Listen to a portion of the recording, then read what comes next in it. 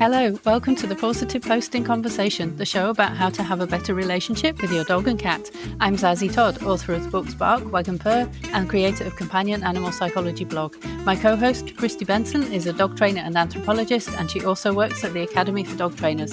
We can't give advice on your pet, so if you have concerns, see your dog trainer, cat behaviourist, or veterinarian as appropriate. Thanks for joining us today. This is Culture Clash and Beyond with Jean Donaldson, recorded at Barkfest, the book festival for animal lovers, in September 2024. Barkfest had 11 panels with 22 incredible authors of books about animals and was attended by more than 1,600 people. I organised Barkfest to celebrate the launch of my new book, Bark, The Science of Helping Your Anxious, Fearful or Reactive Dog, which is out now and available from all good bookstores.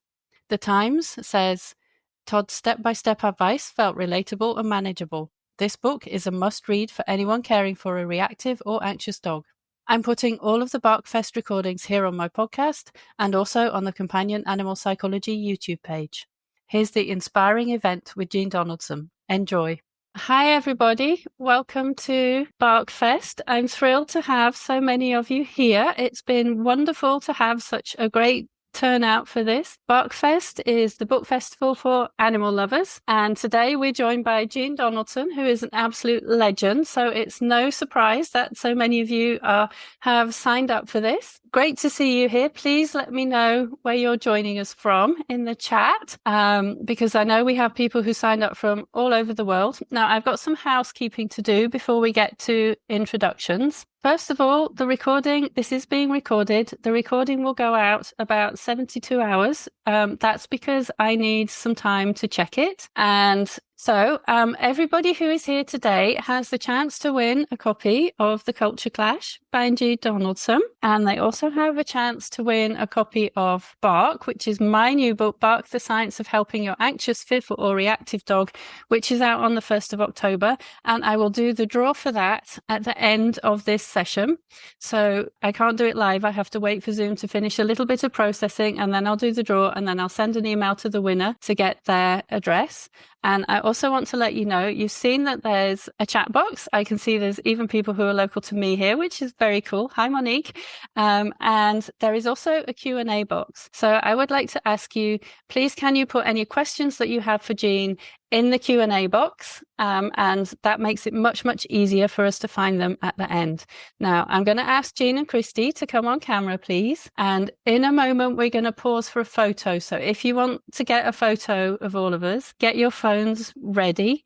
So I am thrilled to say that joining me today, first of all, is my friend and co-host, Christy Benson, who I think most of you know as my co-host on the Positive Post in Conversation, but she's also a Northern anthropologist, an amazing dog trainer, and a staff member at the Academy for Dog Trainers. And our very special guest today is an absolute legend in the dog training world.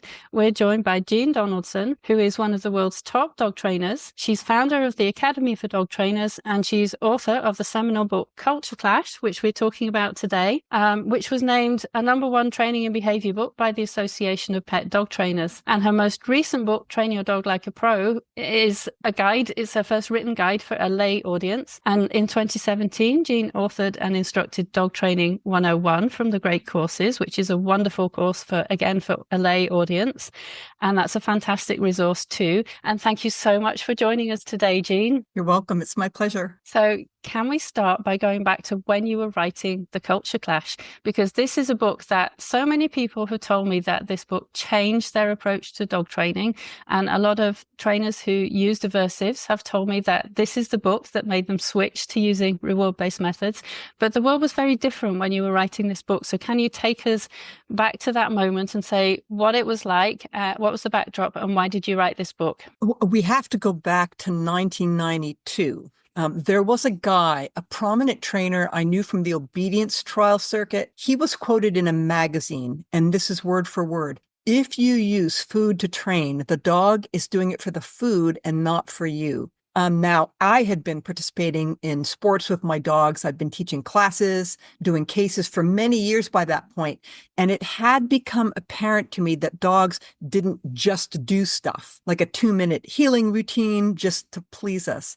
So I felt there was a fiction going on. And I knew this guy, and I knew how he trained. It was with a choke collar, and he was pretty relentless, and his dogs were pretty joyless, I must say. That he believed his dogs were cranking out obedience patterns for him, it really stuck in my craw. That food would somehow corrupt the dog's noble impulse to do these tricks for this guy's pleasure.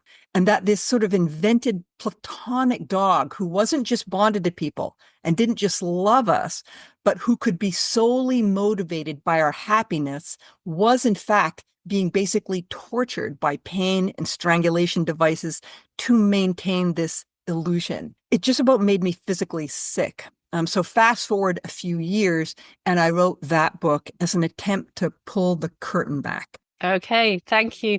And I think that's a good moment for us all to pause for a photo with the book. So if anybody wants to take a picture of us, I'm going to see, I can't quite fit two at once. If you want to take a picture, please let me know in the chat when you've got it. Awesome. Thank you. And if you didn't get it, you'll be able to get it from the recording. Anyway, okay, over to you, Christy. Okay, so Jean, at the beginning of Culture Clash, which was, I know this isn't part of our script, but I just wanted to say, I was one of the people who I felt like my mind was really cranked open when I read this book. Not only was it just like such good information, and it made so much sense to me as someone who, I was a social scientist. And so I appreciated the fact that it made sense instead of it just being, I had probably read like 50 dog books by that point, and I was just constantly judging myself. Like, why can't I make my dogs do what they say I should be able to do in these books, right? I was like confused and kind of like down on myself. And then I read this book and I was just like, it was kind of like this big relief. It makes sense. It gives us a path forward, so it was a really important book for me too. So you start this book, The Culture Clash, by talking about this Disneyfication of dogs. And do you think that's still an issue today? I would say much less now.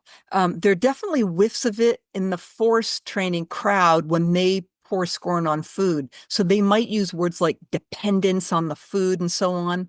All behavior depends on outcomes. And the stuff we want dogs to do is often, as we often say in applied behavior, expensive behavior. There's always motivation. The only difference is how upfront we are about it. Yep. Sure. Okay. And so a while ago, the Academy created the Transparency Challenge, which was shared all over the place. And it's calling on dog trainers to be more transparent about their methods. So as you just said, it depends on changing behavior, depends on something.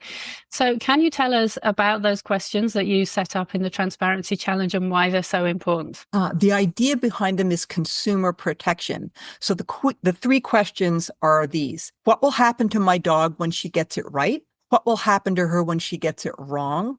Are there any less invasive alternatives to what you propose? So this are questions that the public should pose to dog trainers. Basically, it's about informed consent. In more recent years, as training without aversives has caught on, those who are dependent on aversives are resorting to murkier and murkier language in their marketing materials to conceal what they're actually doing. So you'll see weaselly words like natural or leadership or energy and so on. The questions are designed to get concrete about how the trainer is planning to motivate your dog. What events in the physical world are going to happen when the dog gets it wrong, most specifically. And some trainer says, well, there's just going to be leadership. Yeah. I don't know if you can hear Apricot. He is totally. Yes, people have been asking for a kitty introduction if that's possible because they can hear him. They want an introduction to Apricot? Yeah. Okay, this is Apricot. Oh, I think we can say that Apricot approves Jean's message. We don't know that. I think that's what the meows mean. He approves. He's very happy to hear Jean's voice again. He also wants to know about transparency, Jean. So he asks, lack of transparency is a real issue for ordinary dog guardians. And I know that was part of the reason why you came up with the 3-question challenge. So as well as asking those 3 questions, what do you think dog guardians should do to protect themselves from aversive trainers? Because they are like you said, I think that they've painted themselves into a corner. They're starting to use other language, so what can someone do without getting a PhD essentially in how the dog professional world is working? Yeah. I would say don't be cowed or bullied by these people. If they say to you that your dog, quote unquote, has to be corrected, or that electric shock doesn't actually hurt, or that it's just a tap on the shoulder, run away. There are better alternatives. If your dog comes back from a board and train or something worse than he was, or now he is afraid on top of being worse, report that trainer. Report them to whatever organization they belong to, write a review, tell others on social media. It's not okay. It's malpractice. It's not your fault. It's the trainer. And if it's really egregious, I would even say call a lawyer. Yeah. I think that's good advice. And many people call in a dog trainer precisely because they are struggling with their dog's behavior. And some behavior issues can be very difficult for ordinary people to deal with. So aside from finding a good trainer, which, as we know, is tricky because of that murky language, what other advice do you have for someone who is struggling with their dog's behavior? Know that our technology now is better than it ever has been. And so they should try and find a certified non-aversive behavior practitioner. There's a referral list on the Academy site. There's a referral list on the Pet Professional Guild site, and also on the sites of non-aversive schools, things like Karen Pryor Academy, Victoria Stilwell Academy. The trainer's site should specify no aversives will be used. So terms like force-free or no pain, no fear, and so on. And ask those 3 questions and make sure that the answers that you get are clear and concrete and understandable. Yeah. Thank you. And someone's asking for links. We did put some links. If you scroll back up to the start of the chat, you can find a link to the Academy for Dog Trainers there. And you can find the list of trainers, Academy trainers that Jean mentioned on there. Thanks, Christy.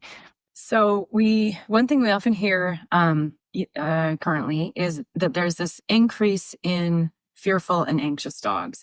Now, as far as I know, there hasn't been an actual study on this, so it's hard to quantify. But what's your impression about numbers of fearful dogs, sort of related to the past? I do think I've seen what you're describing, and I don't know, like you, there's not been research to my knowledge.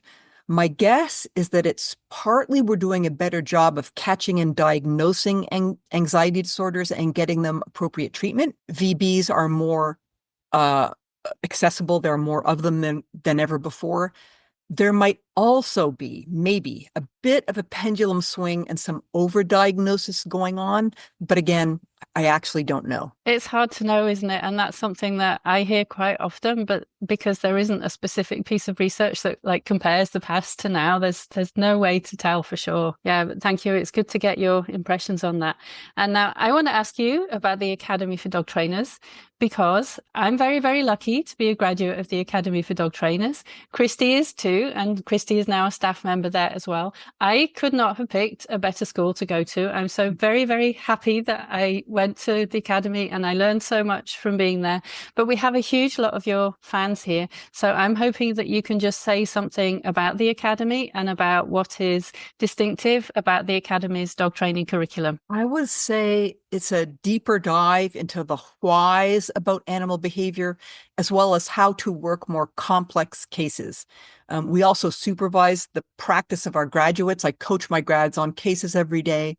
So I guess I would say it's for prospective trainers who are really curious about how behavior works and who are interested in taking on more challenging work with dog guardians. Yeah, thank you. I would say that. Yeah. And I think there's a strength in the counseling modules too. I'm working with humans. We work with humans almost exclusively. I don't know any dog trainers who don't work with people. And one of the things that reading all these books for BarkFest, Zazie, that's really been hammered home to me when I'm reading books by people who are in our profession, our professional colleagues, is there's a lot more attention to people, to the people. I mean, there's some, I think, other great things. And I hope Gina will talk about this a bit more. Like, there really is a lot more sort of bandwidth given to the fact that dogs are dogs and they have needs and we should allow them to meet their own needs and be dogs. But also there's this, like, people are important and they're not evil and we can love working with people as dog trainers. So I think that's a really cool part of the Academy too. And if I can add a part too, I would say also just the community and the community that you have with other trainers and the chance to go and get feedback on something if you need it, or just to, let off steam about something if you need to. And just the friendship amongst the people, I think is one of the best things, that you're still part of this community after you've graduated. You're not sent off loose into the world. You're still part of it, which I think, for me is incredible. So thank you, Jean. Thank you. So when I was looking at these questions yesterday and just thinking about what I really wanted to know, it occurred to me that things have changed. You always say that things have changed since you wrote this book. This book, I think, is mired in a lot of anger, and you can feel it, and it feels so righteous and good, when you're reading it. I must say I have apologized for the tone on many occasions. I am here for it. But I was wondering what out of everything that's changed since the time that you were sort of inspired to write this book, what's the favorite thing of yours that's changed? I have to say it's the army of practitioners out there doing the job competently, without aversives, thriving in their careers. It was not always so. It is still a war zone philosophically, for sure.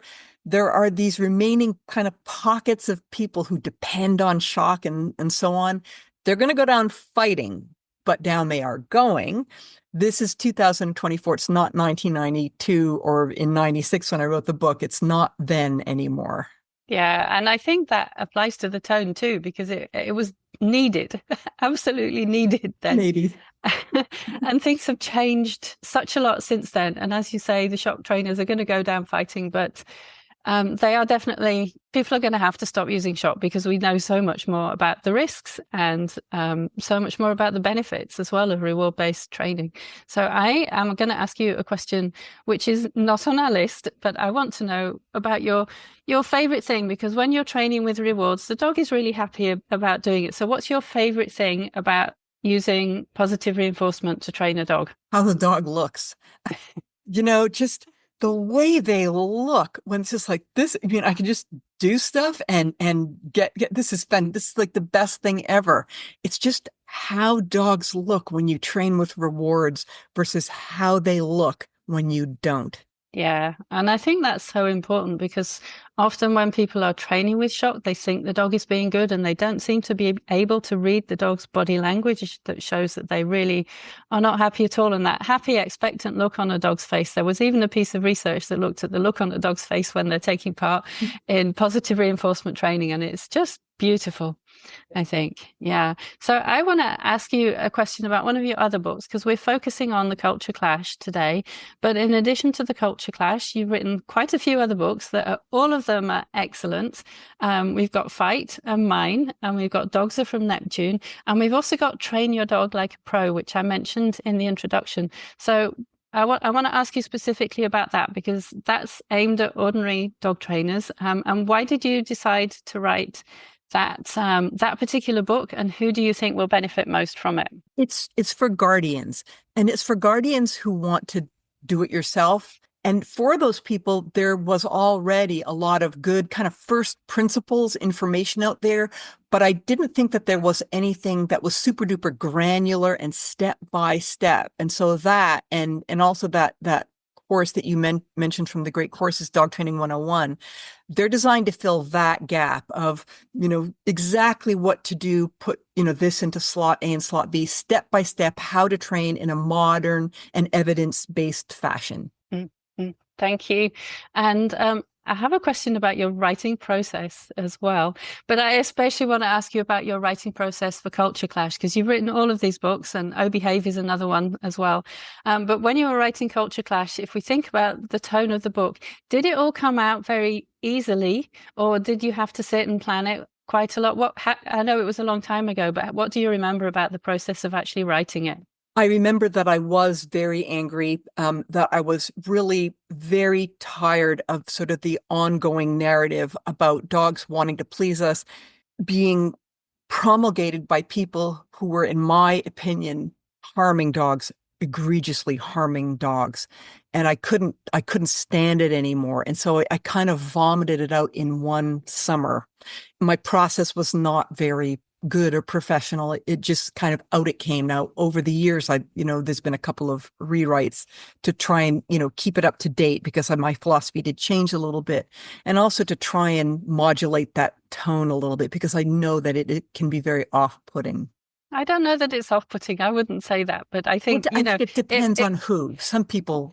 And I'm sure it felt like it was needed at the time. And there's a writing question that we often ask. Actually, Christy, you often asked about the writing. So I'm going to let you ask this one, because we interface with a lot of different writers. Christy and I, we have a writing group, and we also talk to a lot of different authors, and we always ask them. I'm going to let Christy ask. I don't even know what you're talking about. Oh, okay, sorry. We always ask for a writing tip, so I'll ask them. Yeah. Oh, yeah. Okay, a writing tip. A writing tip. Writing. I can't remember a famous author. Maybe it was Hemingway. Somebody said, "Writing is rewriting." So don't take what I just described when I wrote The Culture Clash. Don't do that.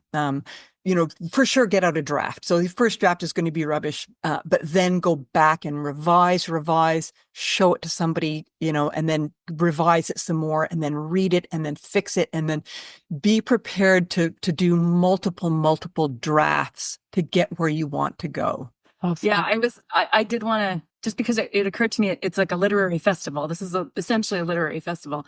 And I think talking about writing is so important, because writing is a really important way that dog trainers interact with potential audiences. And I was wondering, like, are you just like a skilled word crafter, or did you have classes on writing, or how, because you're a great author. You're a very readable author. So thank you. Yeah. Well, I appreciate that very much, but I don't consider myself in that echelon. I mean, there are people in that echelon.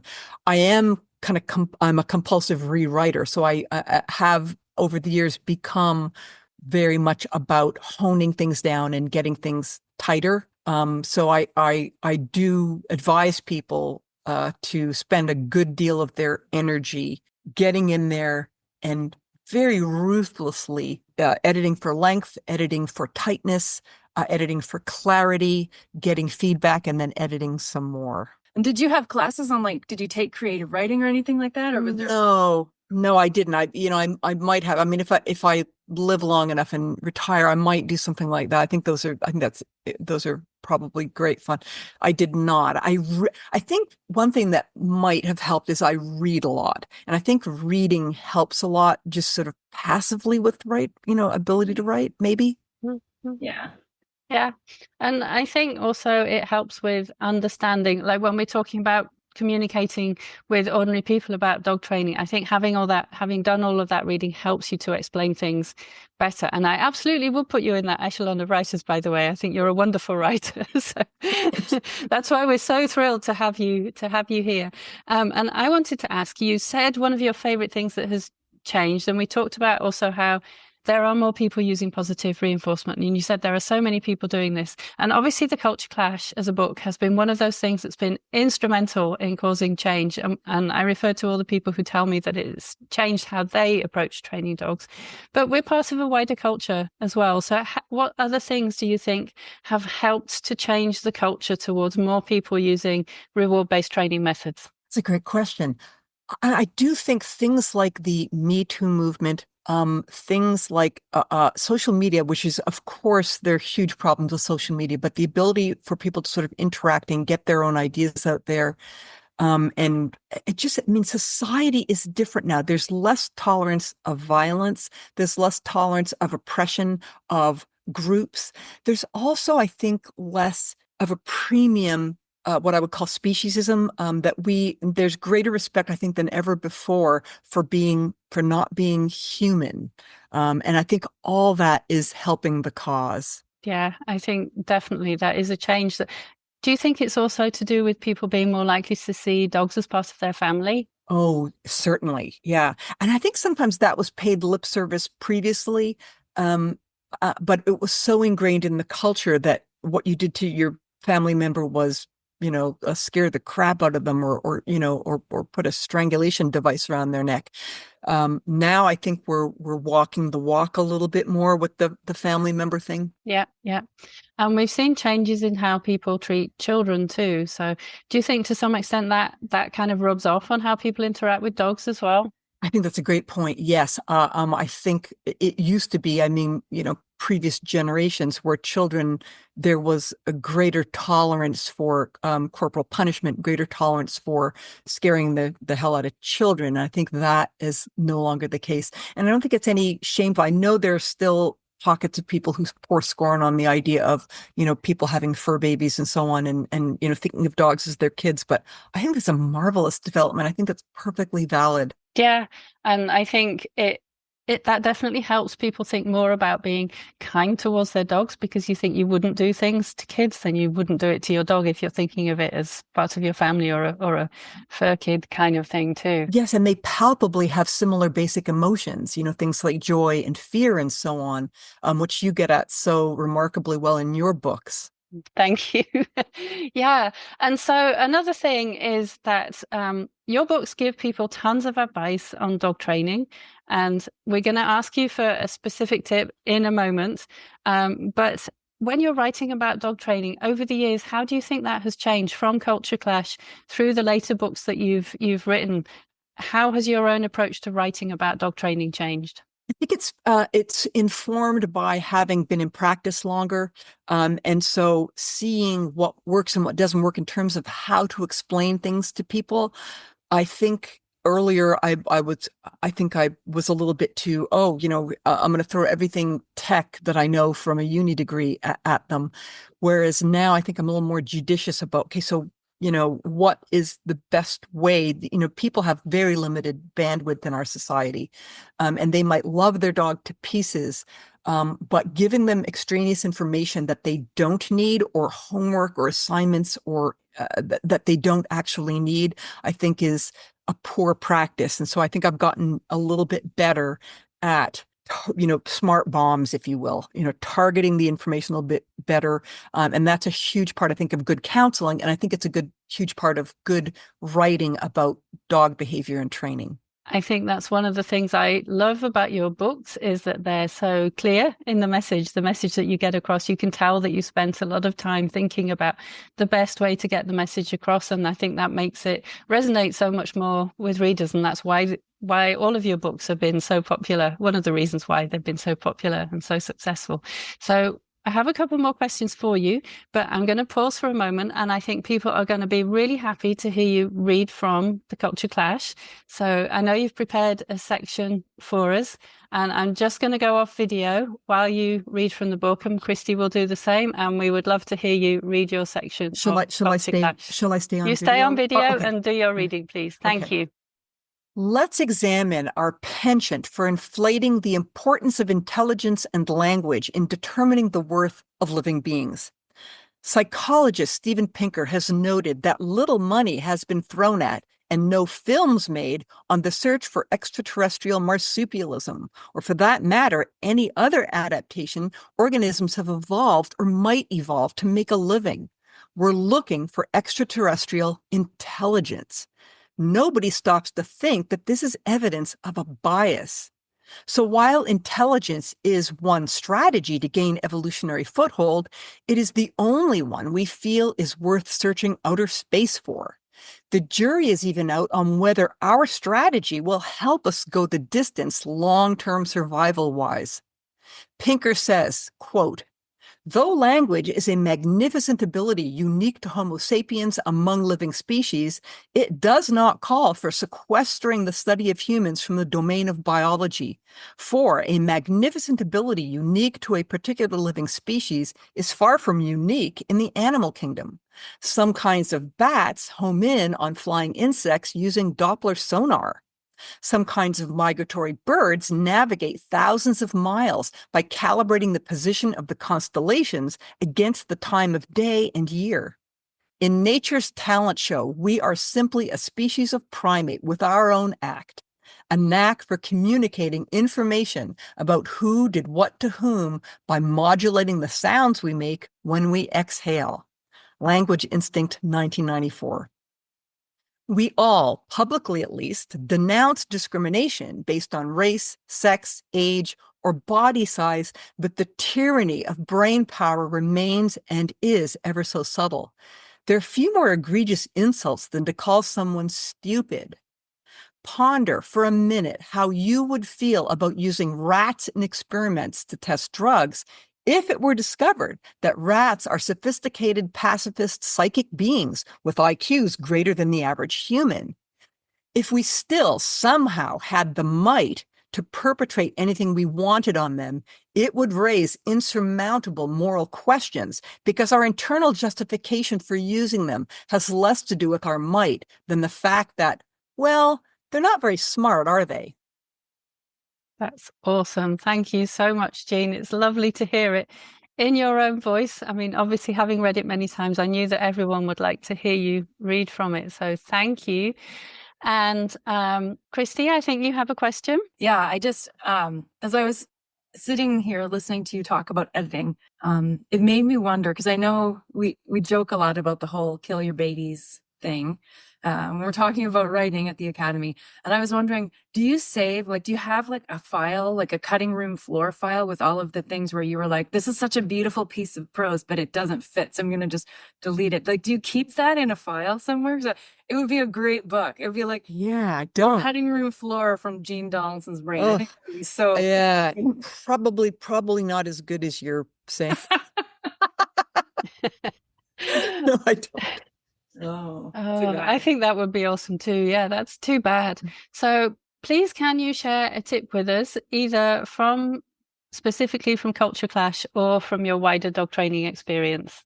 This one actually is from companion animal psychology, so I'm lifting it from you. The number one tip in dog training: use food. Use it liberally, use it unapologetically, and use the good stuff. It's the most powerful motivator in animal training, hands down. Just use it. Thank you. And, I wrote that post after one of the things you had said to us in the Academy about being really clear about your message. I thought, this is the message that I want to get across. So it's thanks to you that I wrote that post anyway. So thank you. And I want to ask, before we go to audience questions, we've got lots coming in. People still have time to type their questions into the Q&A box if you want to ask a question of Jean. But I want to ask, what gives you hope for the dog-human relationship? I thought a lot about this, and I keep coming back to the demand and the hunger out there for, Zazie, for books like yours, where the central idea is happiness of dogs and cats. And the new book that you're about to launch, what we're here for, is their feeling of safety in the world. Nobody should have to live with fear. Way back in the day, the books were all about how to control your dog. It's obedience, basically oppress them. People don't want that anymore, which is, oh my gosh, what a great sign. They want their dogs to have good lives. They want their dogs to, of course, to help them fit into our world rather than to just be under our thumbs. Yeah, thank you. I love that. And thank you for being so kind as to mention my books too. That's appreciated. Yeah, sure. Okay, so I think we can go to audience questions. And Christy, I'm going to let you curate those. Thank you. Sure, absolutely. And I'd just like to remind everyone, I think the chat has been quite active, and I've seen some questions go by in the chat. So if you could please pop them into the Q&A box, then we'll be more likely to get to them. I'm not sure if we're going to get to all of them, but at least then we'll have a chance. So Nicole says, my burning question, amidst a world of trainers who claim punishment and harsh methods are a necessity, how do you respond to those who continue to support outdated and harmful tactics? I can see how guardians can be misled and convinced largely because of the claims that these methods save lives, which is still for sure one of their messages. So how do you respond to that? I feel at my wit's end dealing with those who relentlessly say these things. I live in a city where prong collars are on every other dog. And she even sees the odd shock collar. So rescue groups and shelters are even standing by them in this place. So, it's very important that you are protected. This is a very high burnout profession at the best of times because it's complex and we're dealing with two species and people are often at the end of their wits. There are no standards of care. And so my best advice to you would be to not engage this whole made up idea that there's debate or that there's, sort of a discussion. There isn't among anybody reputable, anybody who knows anything, anybody in the scientific community. There is no debate about how to train dogs. It is just an artifact of the lack of regulation in this profession that these people are still out there. So I would say to you, protect yourself first and foremost. Now, you're in an area where you're immersed in it a little bit. Focus on providing the alternative. So if you're a pro, I think I'm understanding, offer your services unapologetically and say, this is how I train. Here's why. Here's the links to the science. Here's the links to companion animal psychology, etc.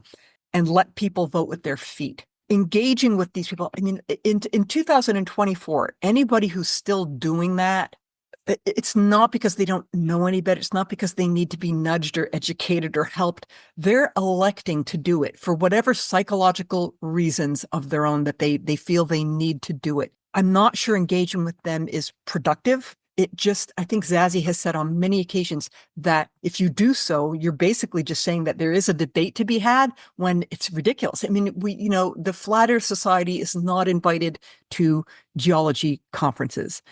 Try and protect yourself, insulate yourself. It's good to feel like you're, dodging it. Surround yourself with people who are like-minded, surround yourself with people who are supportive, and just stay away from them. I mean, they're poison. Yeah, absolutely. So Tina asks, how much prior experience do you need to attend the academy? I've had dogs my whole life and do some pet sitting, but I don't have any other professional experience.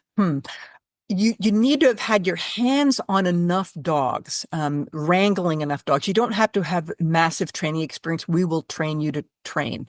But we do want to be sure that if you've only ever wrangled your own dogs, that you may discover that you've bit off more than you can chew, or that you don't actually like working with the huge gamut of types and sizes and temperaments of dogs out there. So I would say, for your own benefit, get out there and do some shelter volunteering, something where you can get hands-on with dogs, just to try it on and make sure that you actually like working with dogs.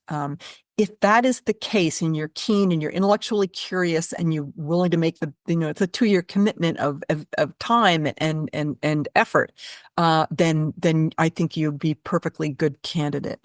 So now we have a dog training, a friend with a dog question, which is always really tricky territory.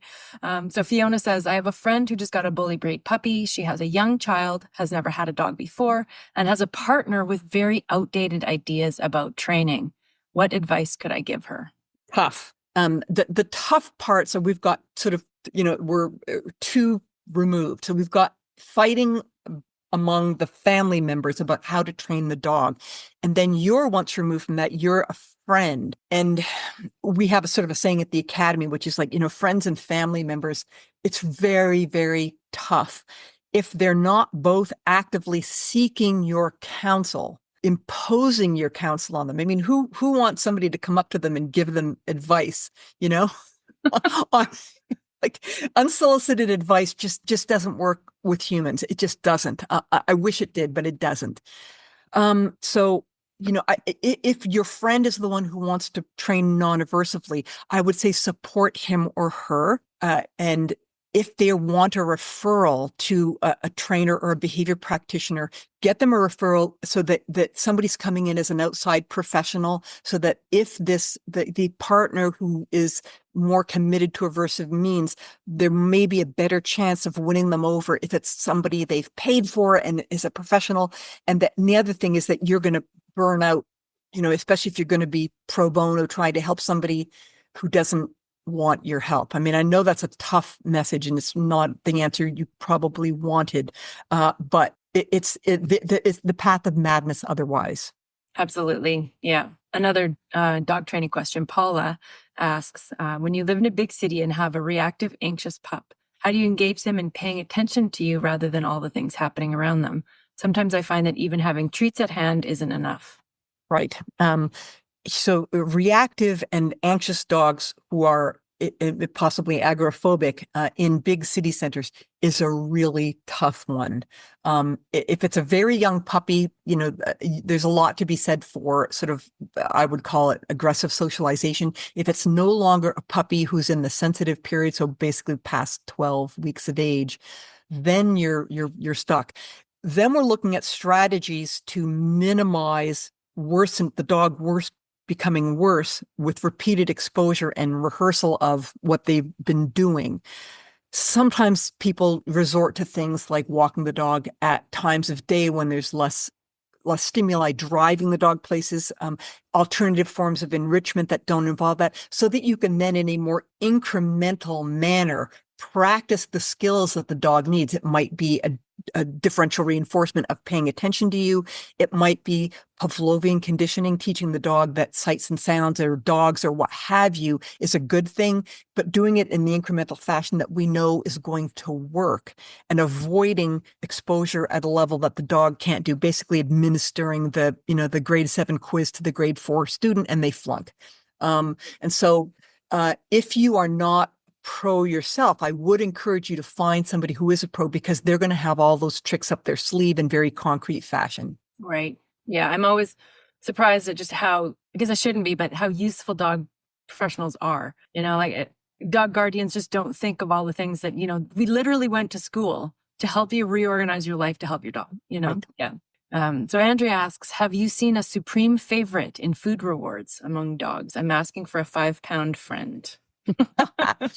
I have a couple of go-tos. I'm a Pecorino Romano girl. I mean, I think it's sort of underrated. You can use extremely small pieces. It's not very fatty, so it tends not to give GI upset. Very tasty. I've yet to have a dog who's not wild for it. It's not that expensive. It's easy to cut into small pieces because it's a relatively hard cheese.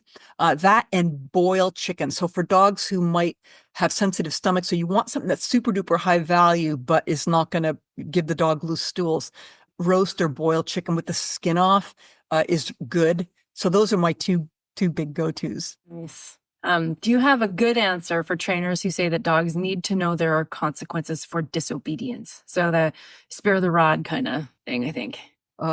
If somebody really wants to hurt dogs to train them and they don't get it, and they don't, and it's in them that they do this, and they make excuses for it. And my best advice would be if you could encourage them into, and I'm not saying this facetiously at all, some sort of psychological counseling to get to the bottom of why, in light of the plethora of research that you don't have to do it, the side effect profile of using stuff like food, which is 100% positive side effect profile, and the side effect profile of using aversives, which is 100% fear, anxiety, bad stuff.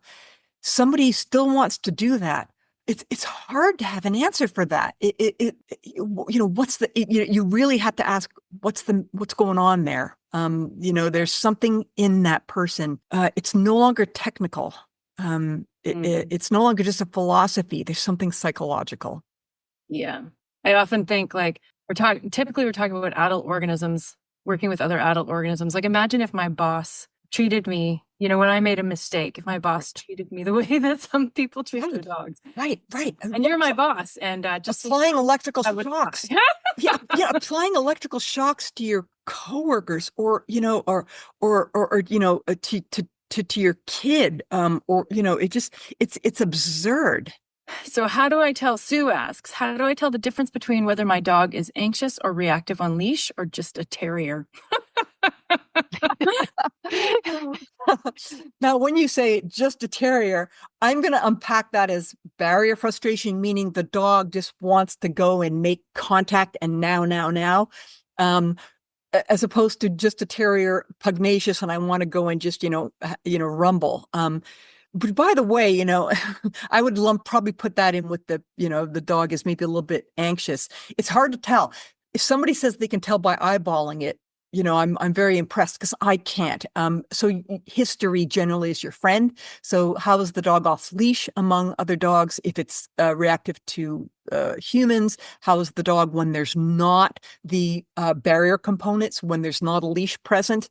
And that often will point you in the direction of whether or not the dog is just frustrated, which is, one thing, or is like wants the stimulus to go away. Because if you think about it, those are opposite motivations. One is I want contact now, and the other one is, whoa, you're freaking me out, get further away. They're opposite. And so it is important to tease that apart. And again, if you're not sure and the history's not giving you the clues. A good practitioner might be able to unpack that for you more than I can here. Perfect. Yeah, I know we're getting close to the end here, but we've got an interesting question from Cheryl. She says, I am a cab, and I'm a much better behaviorist than trainer. I follow many professional trainers and I try and learn as much as possible, which is so cool. So the disconnect between some of the professional trainers who are vocal on social media can be discouraging. Do you want to jump in on that one, Jean? What are your thoughts? I don't know what to do about these people. I mean, they're I wish I had the answer. I would say the most important thing is for you are you're one of the good guys. You're out there, you're well trained. Protect yourself. Protect yourself from that stuff. There's a wear and tear effect of participating in observing that stuff, in getting your knickers in a twist about it.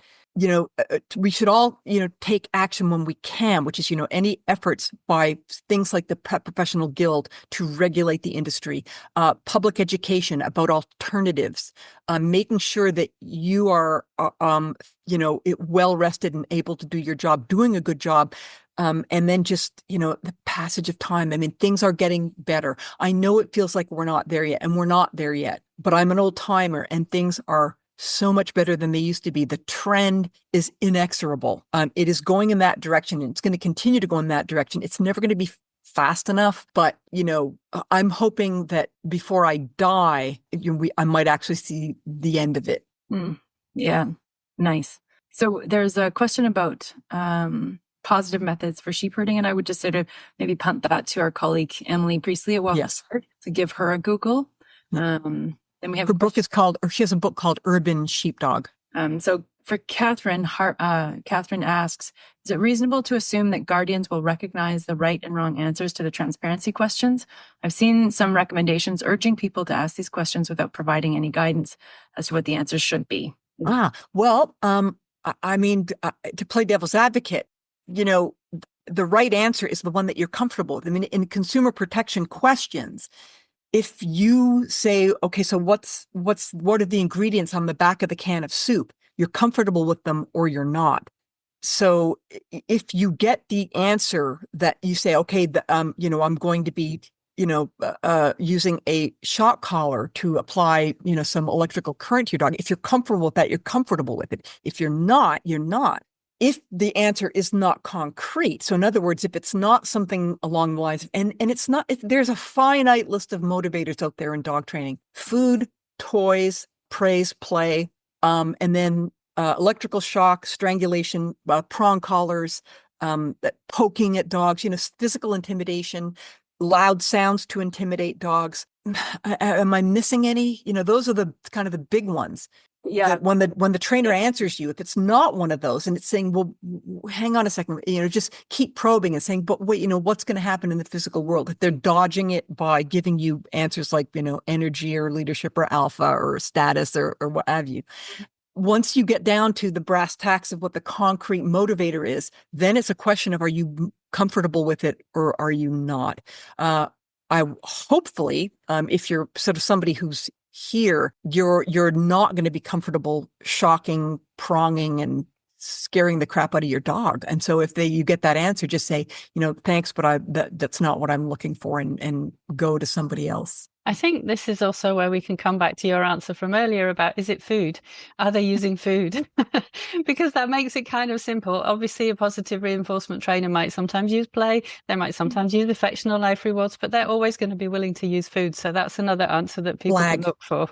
Big flag. Yeah. A big flag would be, well, we use food initially in the learning stage, but then we phase it out. Oh, you phase it out to what? Magic? So yeah, that's a great answer, Zazie. And I think it's also reasonable to ask trainers if they use shock collars, because if you get anything other than God no, then they do.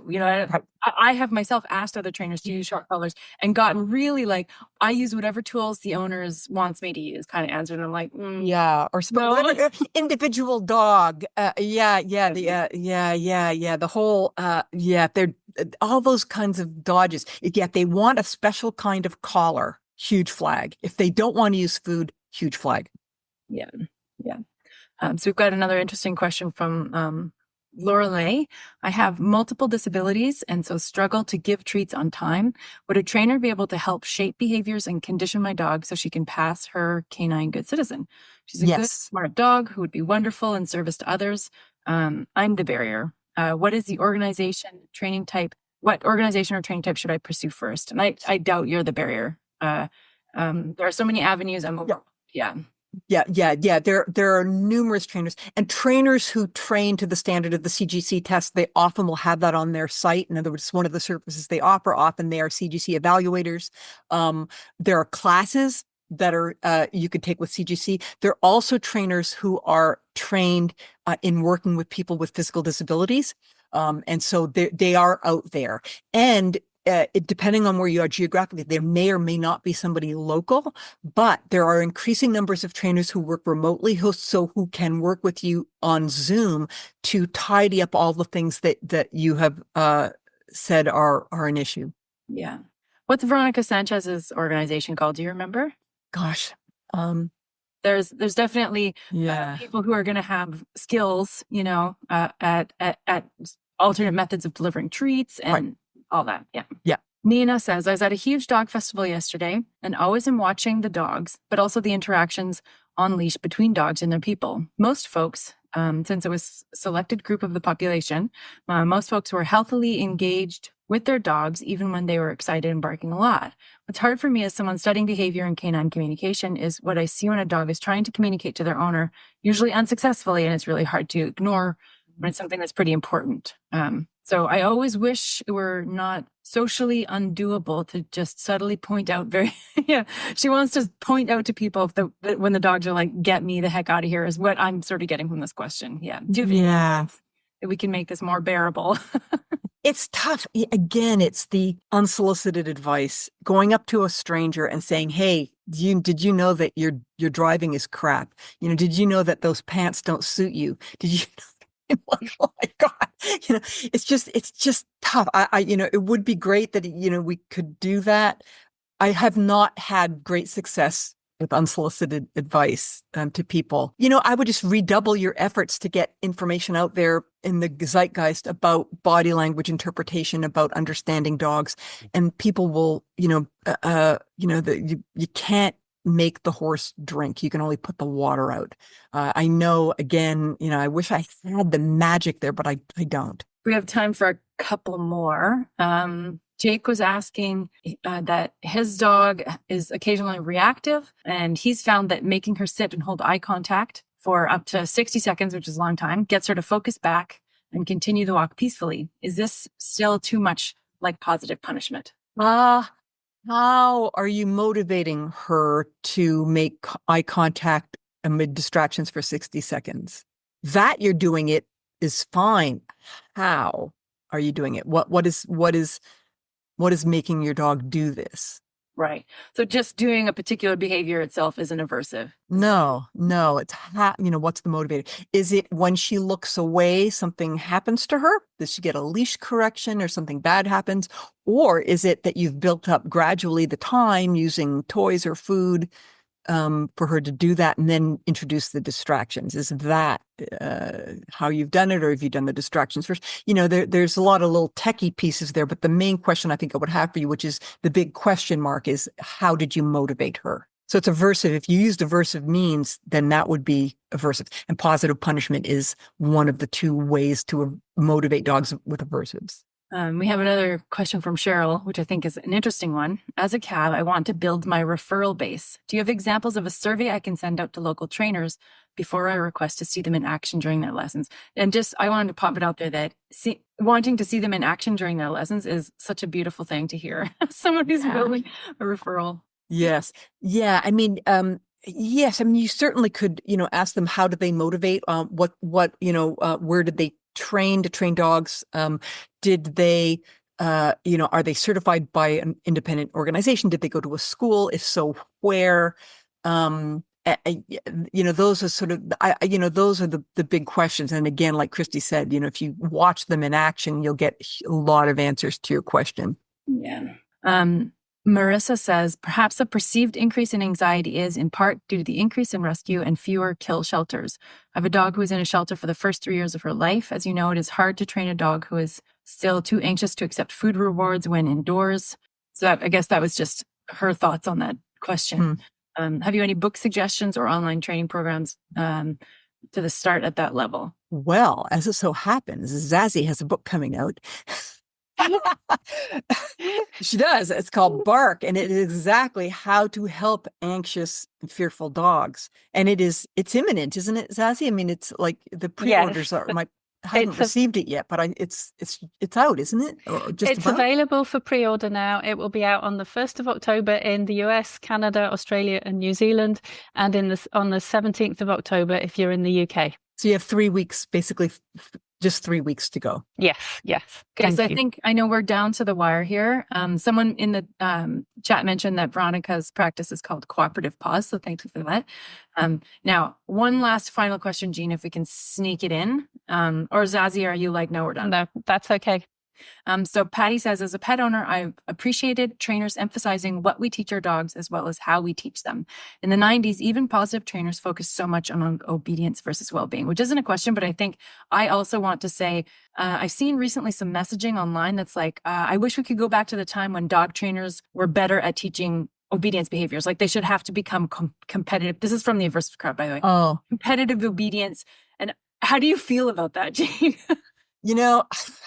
I went into pet dog training with a relevant uni degree and tons of dog sports.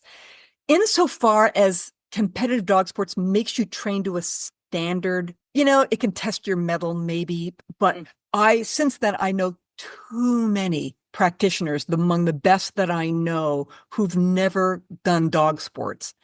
And so I don't think it is a prerequisite anymore, and you're sort of longing for the good old days. And by the way, a competent trainer, even if they've not done competitive dog sports, if they can't put manners types behaviors, so-called obedience behaviors on a dog, that's a competence issue. That's not a philosophy issue. Great. Thank you. Well, we don't have time for more questions, even though there are lots of questions there. And we knew we were going to get tons of questions for you from the audience today, Jean. Thank you so much for answering their questions, for answering our questions, for being such a legend and so influential in the dog training world. And we had to pick just one of Jean's books to focus on, and that's why we picked Culture Clash, because it has been just so influential. But I recommend every single one of Jean's books. They all should be read if you're into dogs at all and dog training. They definitely are well worth reading. And as a reminder, once this is over, I will do a draw amongst the people who've been here live. It's been lovely to see so many of you here. One person will win a copy of Culture Clash by G. Donaldson, and they will also win a copy of my new book, Bark, The Science of Helping Your Anxious, Fearful, or Reactive Dog, which is out in a few weeks' time. The link to the recording will go out in about 72 hours because I have to have time to check through the recording and make sure everything's okay. I want to say a huge thank you to Jean for being here, for being such a wonderful opener for BarkFest, and for such a fantastic chat. It's been a real pleasure to chat with you. I also have to say thank you to Christy for her assistance with this event. I could not do it without you. Thank you to my publisher, Greystone Books, for helping, and thank you to all of you who've been here and attended today. It's been so much fun. The chat has whizzed by so fast. It's been great to see so many of you here and enjoying the session. I hope to see you at future BarkFest events. And as a reminder, if you want to get any of the books, please get them from your local independent bookstore or from the bookshop link we've got, which supports independent bookstore. Thank you so much. And thank you, Jean, for being with us today. My pleasure. Thank you, everybody. Thank you. Bye. Thank you for listening to the Positive Posting Conversation. If you liked this episode, please subscribe to the show and write us a review via your podcast app. For the show notes, visit companionanimalpsychology.com. This show was produced by Zazie Todd. The music is Melody from Paris by Studio Le Bousse. See you next time.